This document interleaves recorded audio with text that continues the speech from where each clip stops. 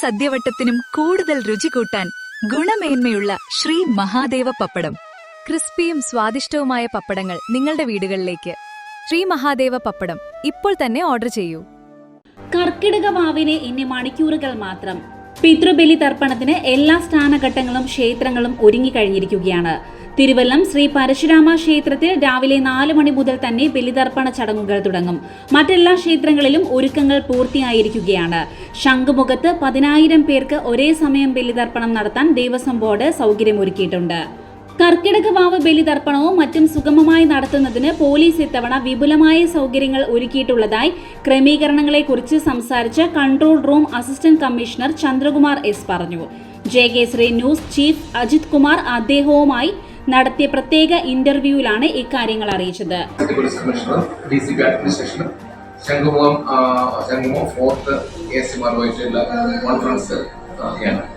Police ബന്ധോസ് ആയിരത്തിലുള്ള പോലീസിനെ വനിതാ police ഉൾപ്പെടെ ആ പോലീസ് ബന്ധോസിനെ കുറിച്ചുള്ള കാര്യങ്ങൾ ഇപ്പോൾ സാർ അവരെ ബ്രീഫ് ചെയ്യുകയാണ്. കമ്മീഷണർ ബഹുമാനപ്പെട്ട കമ്മീഷണർ അദ്ദേഹം അവരെ ബ്രീഫ് ചെയ്യുകയാണ്. ഷാഡോ പോലീസ് കൃത്യമായിട്ട് നമുക്ക് കണക്കിപ്പോൾ പറയാൻ പറ്റില്ല. ഷാഡോ പോലീസ് 3-ലധികം ഷാഡോ പോലീസ് വനിത ഉൾപ്പെടുത്തിയുള്ള അതെ സ്നാച്ചിങ് അതാണ് പ്രധാനമായിരുന്നത്. അത് തടയാൻ വേണ്ടിയുള്ള പോലീസ് സംവിധാനങ്ങൾ ഏർപ്പെടുത്തിയിട്ടുണ്ട്. അന്യ സംസ്ഥാന ആൾക്കാരെ ഈ മോഷ്ടാക്കള് തിരുവല്ലം, ശംഖുമുഖം എന്നിവിടങ്ങളിൽ ഓരോ സെക്ടറുകളിലും ഏകദേശം 2000-ലധികം പോലീസുകാരെ ഇന്ന് രാത്രിയോടെ ക്രമസമാധാന പരിപാലനത്തിനായി വിന്യസിക്കും. മോഷണം, പിടിച്ചുപറി എന്നിവ തടയുന്നതിന് കൂടുതൽ ഷാഡോ, മഫ്തി പോലീസുകാരെ നിയോഗിച്ചിട്ടുണ്ട്. നഗരത്തിൽ ഗതാഗത ക്രമീകരണങ്ങൾ ഏർപ്പെടുത്തിയിട്ടുള്ളതായി അദ്ദേഹം അറിയിച്ചു.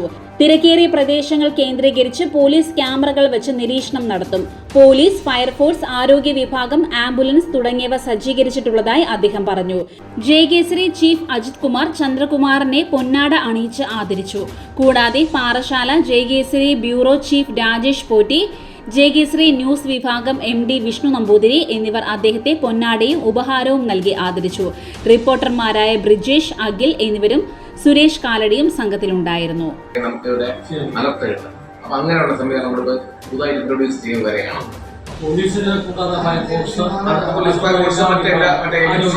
എല്ലാ ഏജൻസികളും ക്രമീകരണങ്ങളൊക്കെ ഒരുക്കത്തിന്റെ ഫൈനൽ സ്റ്റേജിൽ നിൽക്കുകയാണ്. ഈ ശംഖുമുഖത്ത് ശക്തമായ തിരമാലകൾ ഉണ്ടാവുന്നുണ്ട്. അപ്പൊ അവിടെ ഇറങ്ങുന്ന അവിടെയും അതിന് വേണ്ടിയുള്ള ഒരു ഇത് ദേവസ്വം ബോർഡും പോലീസും ലൈഫ് ഗാർഡിനൊക്കെ വിന്യസിച്ചുള്ള പരിപാടികൾ ചെയ്തുകൊണ്ടിരിക്കുകയാണ്. ഇപ്പം എല്ലാം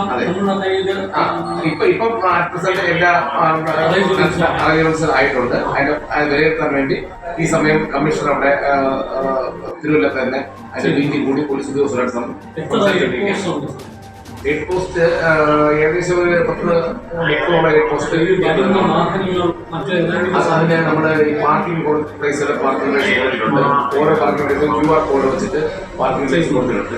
പിന്നെ നമ്മൾ ഇവർക്ക് ആവശ്യമായ സേവനം ചെയ്യാൻ വേണ്ടി നിങ്ങളുടെ 16 കൺട്രോൾ റൂം വെച്ചിട്ടുണ്ട്. CRPs ഈ CRPs കൂടി നാളെ കൂടുതൽ CRPs ആ റൂട്ടിലായി ഡിപ്ലോയ് ചെയ്തിട്ട് ആൾക്കാർക്ക് വേണ്ട സൗകര്യങ്ങൾ ചെയ്തു കൊടുക്കാൻ വേണ്ടി ഏർപ്പെടുത്തിയിട്ടുണ്ട്. അതെ ചെയ്യുന്നുണ്ട്. ആംബുലൻസ് ഉണ്ട്, പോലീസിന്റെ ആംബുലൻസ് ഉണ്ട്, അല്ലാതെ ഫയർഫോഴ്സിനുണ്ട്, മറ്റ് സന്നദ്ധ സംഘടനകളുടെ ആംബുലൻസും ഉണ്ട്. ഉദ്ദേശം നമുക്ക് ഇപ്പോൾ എക്സാക്ട് കണക്ക് പറയാൻ പറ്റില്ല.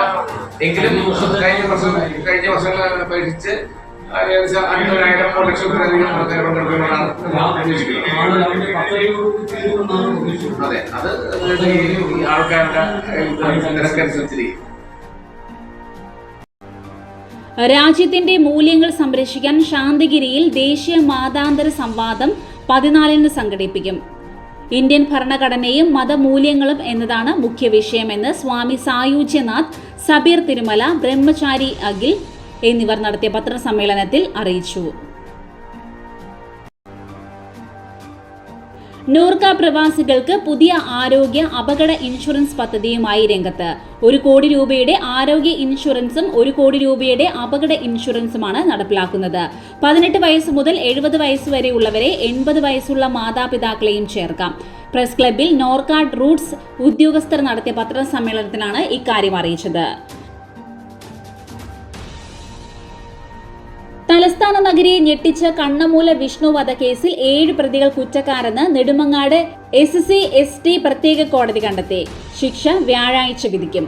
1 മുതൽ 7 വരെയുള്ള പ്രതികളെയാണ് കുറ്റക്കാരാണെന്ന് കോടതി കണ്ടെത്തിയത്. ആകെ 12 പ്രതികളാണ് ഈ കേസിൽ ഉണ്ടായിരുന്നത്. 10 വർഷം മുൻപ് 2016 ഒക്ടോബർ 7-നാണ് തിരുവനന്തപുരം നഗരത്തെ നടുക്കിയ ഈ കൊലപാതകം അരങ്ങേറിയത്.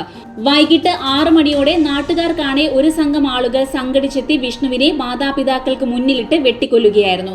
18 വയസ്സായിരുന്നു കൊല്ലപ്പെടുമ്പോൾ വിഷ്ണുവിന്റെ പ്രായം. ആക്രമത്തിൽ ഇയാളുടെ അച്ഛൻ ജോസ് എന്ന് വിളിക്കുന്ന അനിൽകുമാർ, അമ്മ ബിന്ദുകുമാരി, അച്ഛന്റെ സഹോദരി ലൈല എന്നിവർക്ക് ഗുരുതരമായി പരിക്കേറ്റിരുന്നു. കണ്ണമൂല പ്രദേശത്തെ ഗുണ്ടാ നേതാവ് പരട്ട എന്നു വിളിപ്പേരുള്ള അരുണിന്റെ നേതൃത്വത്തിലുള്ള സംഘമായിരുന്നു കൊലയ്ക്ക് പിന്നിൽ. ലല്ലു, പൂച്ച രാജേഷ് എന്ന് വിളിപ്പേരുള്ള രാജേഷ്, സഞ്ജു എന്നറിയപ്പെടുന്ന സനൽകുമാർ, ബോൾജി എന്ന് വിളിക്കുന്ന ശ്രീനാഥ്, വിഷ്ണു എന്ന് വിളിപ്പേരുള്ള വിജീഷ്, ഷേട്ടി മനു എന്ന് അറിയപ്പെടുന്ന മനു, ഡിനി ബാബു, ജയൻ, അജീഷ്, ഉണ്ണികൃഷ്ണൻ, ദിലീപ് എന്നിവരായിരുന്നു 2 മുതൽ 12 വരെയുള്ള മറ്റു പ്രതികൾ.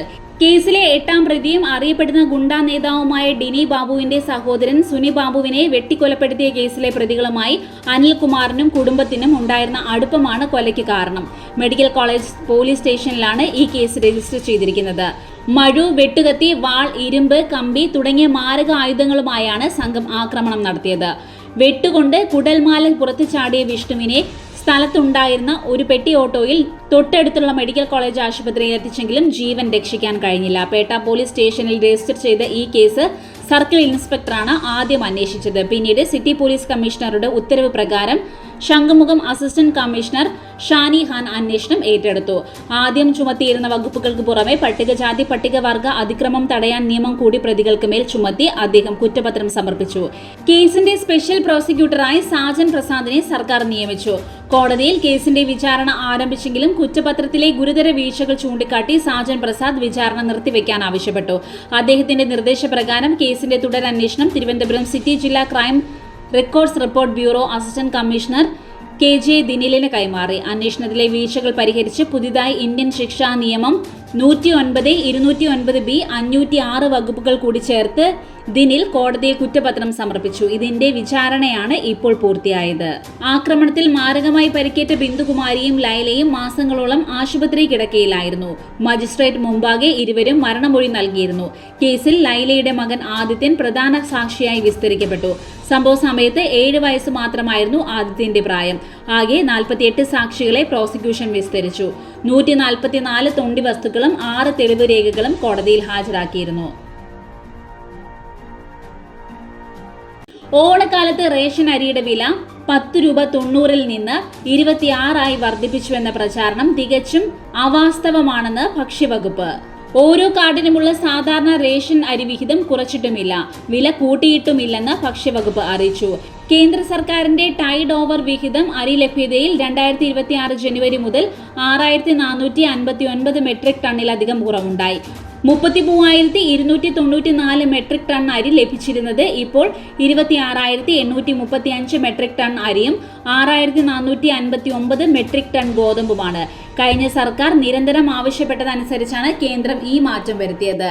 ടൈഡ് ഓവർ വിഹിതത്തിൽ നിന്നാണ് ഉത്സവകാലങ്ങളിൽ സ്പെഷ്യൽ അരി നൽകിയിരുന്നത്. എന്നാൽ 2025 ഡിസംബറിൽ കഴിഞ്ഞ സർക്കാർ അരി വിഹിതത്തിൽ കുറവ് വരുത്തി പകരം അത്രയും ഗോതമ്പ് വാങ്ങിയതാണ് സ്പെഷ്യൽ അരി കൊടുക്കാൻ പരിമിതി ഉണ്ടായത്.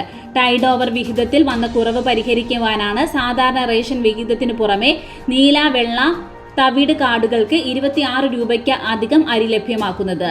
ഇതിനായി ഉയർന്ന വിലയ്ക്ക് OMSS അരി വാങ്ങി. പരിമിത സ്റ്റോക്കിനിടയിലും ഓണക്കാലത്ത് ജനങ്ങൾക്ക് ആശ്വാസമായി അധിക അരി ലഭ്യമാക്കാനുള്ള നടപടികളാണ് ഭക്ഷ്യവകുപ്പ് സ്വീകരിച്ചത്.